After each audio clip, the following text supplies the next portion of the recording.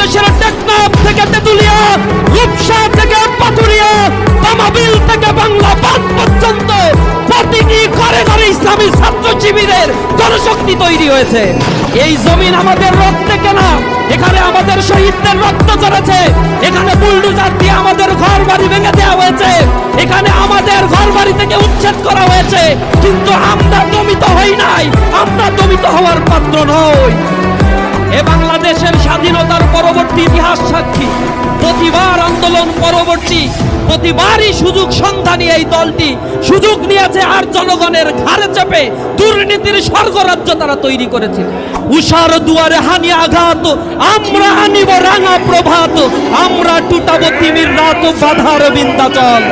আর এক সন্ত্রাসী গোষ্ঠী এখন আবার কোরআনের বিরুদ্ধে নব্য ফ্যাসিবাদের প্রতিধ্বনি হয়ে তাদের জন্ম বাংলাদেশে হচ্ছে, আমরা দেখতে পাচ্ছি।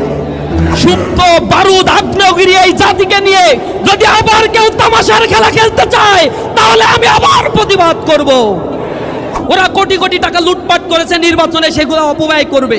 ফ্যাসিবাদ আওয়ামী লীগ চলে গেছে, তাদের পেতাত্তা যারা এখনো বিদ্যমান রয়েছে তাদের পিছনে তারা টাকা ঢালবে। হয়তো এত টাকা আমাদের নাই, কিন্তু আপনাদেরকে এক একটা ক্যাম্পেইনের এক একজন মশালধারী এক একজন মানুষে পরিণত হতে হবে। প্রতিটা ঘরে ঘরে মানুষের কাছে গিয়ে ইসলামের বাণী কোরআনের কথাগুলো পৌঁছে দিতে হবে, বলতে হবে নতুন এক পরিবর্তনের আভাস এসেছে। এই পরিবর্তনে যদি আমরা কার্যকর ভূমিকা না রাখতে পারি, বাংলাদেশ আবার এক অন্ধকারে নিমজ্জিত হতে চলেছে। আপনারা দেখেছেন নোয়াখালীতে গতকাল এবং তার আগের দিন আমাদের দুইটি প্রোগ্রাম হয়েছে। একটা প্রোগ্রাম ছিল যুবকদের নিয়ে, যারা 40 দিন তাকবীরে উলার সাথে জামাতে ছাত্র যুবকরা নামাজ পড়েছে তাদেরকে নিয়ে ইসলামী ছাত্র শিবির প্রোগ্রামের আয়োজন করেছে তাদেরকে রিওয়ার্ড দেওয়ার জন্য। তাদের এটা মনে ধরে নাই, তারা সেখানে আক্রমণ করেছে। আমাদের ভাইরা আহত হয়েছে, আমরা প্রতিবাদ করি নাই, তাদের গায়ে হাত দেই নাই, আমরা সহনশীলতায় বিশ্বাসী। সন্ত্রাসী কর্মকাণ্ডের মাধ্যমে মানুষের মন জয় করা যায় না।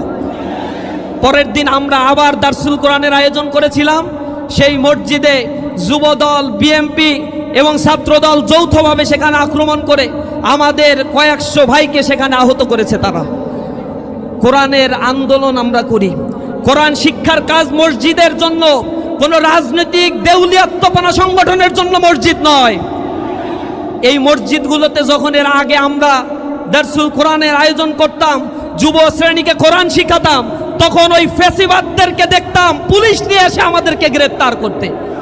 মসজিদ থেকে আমাদেরকে গ্রেপ্তার করার পরে সন্ত্রাস বিরোধী আইনে আমাদেরকে মামলা দেয়া হতো, আমাদেরকে বলা হতো আমরা নাকি দেশদ্রোহী, আমরা নাকি সন্ত্রাসী, কারণ আমরা কোরআনের কথা বলি।